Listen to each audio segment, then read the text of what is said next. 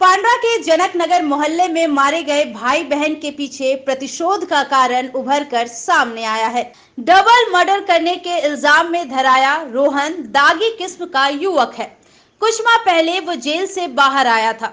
सूत्रों के अनुसार रोहन और श्वेता में अफेयर था। जब रोहन की माली हालत बिगड़ी थी तब श्वेता ने उसे सोने के 2 चेन दिए थे। बाद में जब श्वेता अपना चैन वापस मांगने लगी तो दोनों में झगड़ा हो गया। तब मामला पंड्रा थाना तक पहुंचा था। उस समय पिंटू कुमार थानेदार थे। तब एक चैन श्वेता को वापस किया गया था। उस वक्त रोहन को काफी अपमानित भी होना पड़ा था। उसी समय से रोहन बदला लेने की आग में धधक रहा था। श्वेता की मां ने भी पुलिस को झगड़े की बात बताई है। श्वेता के घर के आसपास रहने वाले कुछ लोगों ने बताया कि आज सुबह भोर में 4 बजे चंदा के पड़ोसी की नजर उसके घर के बाहर खून पर पड़ी।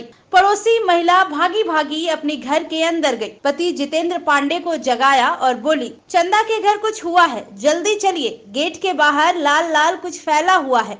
जितेंद्र अपनी पत्नी को बोले, शनिवार है, चंदा हर शनिवार को भोर में मंदिर जाती है, पैर में आलता उल्टा लगाई होगी, वही गिरा हुआ होगा। पत्नी के जिद करने पर जितेंद्र उसके साथ चंदा के घर गए। गौर से देखा तो गेट के बाहर खून नजर आया। खून घर के अंदर से बहकर आ रहा था। जितेंद्र ने चंदा को आवाज लगाई। अंदर से आवाज आई, हाँ चाचा। चंदा की आवाज बिल्कुल दबी हुई थी, जबकि वो बोल्ड लेडी है। जितेंद्र को कुछ अनहोनी का शक हुआ। उन्होंने आसपास के अन्य पड़ोसियों को बुलाया। साथ ही चंदा के पिता को भी खबर दी गई। चंदा के पिता का घर पास में ही है। मिली सूचना पर पिता और भाई वहां पहुंचे। दरवाजे की कुंडी खोलकर घर के अंदर घुसे। जो कुछ देखा उनके होश उड़ गए। एक तरफ खून से लथपथ नाती और नतनी की लाश पड़ी हुई थी, वहीं दूसरी तरफ बेटी चंदा लहूलुहान थी। सभी पर छुरा से ताबड़तोड़ वार किया गया था। भाई बहन की बेरहमी से हत्या की फैली खबर के बाद इलाके में सनसनी फैल गई। सूचना पुलिस तक पहुंची। मौके पर सिटी एसपी अंशुमन कुमार, कोतवाली डीएसपी प्रकाश सोय और पंड्रा पुलिस पहुंची। एफएसएल की टीम को भी बुलाया गया। भाई बहन के शव को कब्जे में कर पोस्टमार्टम के लिए रिम्स भेज दिया। वहीं जख्मी चंदा का रिम्स में ही इलाज चल रहा है। जख्मी चंदा ने पुलिस को दिए अपने बयान में बताया कि रोहन नाम का एक लड़का उसकी बेटी श्वेता के पीछे पड़ा हुआ था। कुछ दिन पहले भी उसके साथ झगड़ा हुआ था। मामला थाना तक भी पहुंचा, पर उस वक्त कॉम्प्रोमाइज कर लिया गया था। जांच हुई तो चौंकाने वाली बात सामने आ सकती है। उसने ही अपने दोस्तों के साथ इस दुस्साहसिक वारदात को अंजाम दिया है। इसके बाद छत के रास्ते सभी भाग निकले। इधर पुलिस ने हत्याकांड के मुख्य आरोपी रोहन को धर दबोचा है। मोबाइल लोकेशन को ट्रैक कर पुलिस ने रोहन को बैंक कॉलोनी के पास से गिरफ्तार किया। रोहन पंड्रा थाना इलाके में ही रहता है। चंदा के पति संजीव कुमार सिंह विदेश में रहते हैं। चंदा अपनी बेटी श्वेता और बेटे प्रवीण के साथ पंड्रा थाना इलाके के जनकनगर में किराए के मकान में रहती है। ये सनसनीखेज वारदात रांची के पंड्रा थाने इलाके के जनकनगर की है। सुने क्या बोले सिटी एसपी अंशुमन कुमार और चंदा के पड़ोसी। 3 बजे उठी है, अपना स्कूटी बाहर निकाली है। स्कूटी बाहर निकालने के बाद वो झाड़ू की है। झाड़ू करते समय ही ये इंसिडेंट जो है वो लोग अंदर घुसे हैं। ये 3 बजे भोर का ही मामला है, 3 बजे भोर के आसपास का, जैसा उसने स्टेटमेंट भी दिया है पुलिस को हॉस्पिटल में। तो हम लोग 4 बजे उठे तो हमको वाइफ उठाई कि देखे ना उसके दरवाजे पर कुछ देख रहे हैं, लाल लाल गिरा हुआ है।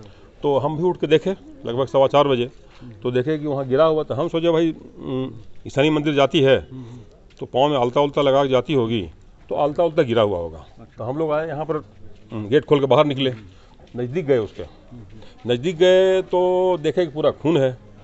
ठीक है, अंदर से लेके बाहर तक बह रहा है। हमको संदेह हुआ, डाउट हुआ। हमने उसको आवाज़ दिया, चंदा चंदा चंदा, आवाज़ दिया हमने उसको। तो बोले हाँ चचा। उसका आवाज़ बिल्कुल मरा हुआ टाइप का आवाज़ था, एकदम जैसे मतलब दबा हुआ टाइप का आवाज़, जबकि बोल्ड लेडी थी वो, बोल्ड, लेकिन आवाज़ उसका बिल्कुल दबा हुआ था। हम, चंदा क्या हुआ, दरवाज़ा खोलो ना, इतना बोले। उसके बाद हमको डाउट हुआ, कुछ संदेह हुआ कुछ इंसिडेंट का। तो बगल में है पूनम मैडम हैं, पूनम को उठाए। फिर हमारे वकील साहब हैं, ठीक है, इनको उठाए। फिर मोहल्ले के लोग जग गए, लोग, उनके पिताजी को हमने बुलाया। घर जाकर वहाँ खबर किया, उनके पिताजी आए, उनका भाई आया। तब लोगों ने दरवाज़ा चूँकि बाहर कुंडी बंद था, कुंडी बाहर से बंद था, ठीक है, कुंडी खोल करके दरवाज़ा को लोगों ने धक्का दिया। तब जो है जब उसके पिताजी अंदर गए हैं तो फिर हम लोग भी बाहर से देखे तो बहुत विभत्स, जितना मैंने आप कल्पना से परे। इतना क्रूरता कोई अगर दिखाएगा तो इंसान कैसे जिए। दिखा सकता है। दोनों पहली बात तो है कि हमें अच्छा रिस्पांस चाहिए। पुलिस काफ़ी लेट पहुंची, हम लोग कॉल कर रहे हैं, कोई रिस्पांस नहीं आ रहा है पुलिस से। एज अ पड़ोसी हम लोग को जितना करना था हम लोगों ने किया। हमने सही टाइम पे उनको हॉस्पिटल पहुंचाया, हमने जो ट्रीटमेंट कराना था उनका वो कराया, हमने जिसको इन्फॉर्म करना था किया। ये लोग दोनों जितना हमारा बनता था हमने किया। कि ये सुबह लगभग 5 बजे की घटना है। एफएसएल की टीम को तुरंत बुला लिया गया था। एफएसएल की टीम आप लोग देख ही पा रहे हैं अपना काम कर रही है। हमने अभी इसको सैनिटाइज करने का प्रयास किया है ताकि जो इस जगह घटना घटी है वहाँ पर कोई जाने ना पाए। और जो मृतका हैं और उनके भाई, उनकी मदर से हम लोगों की कुछ बातचीत हुई है। हम लोग अभी उनका इलाज करवा रहे हैं। पहले प्राइमरी हम लोग का कंसर्न उनका इलाज करा के उनको बचाना है, उसके आगे फिर बाकी कार्रवाई की जाएगी। इसका के भाई का भी देहांत रिम्स में हो गया है। कोहराम लाइव के लिए सीनियर जर्नलिस्ट पवन ठाकुर की रिपोर्ट।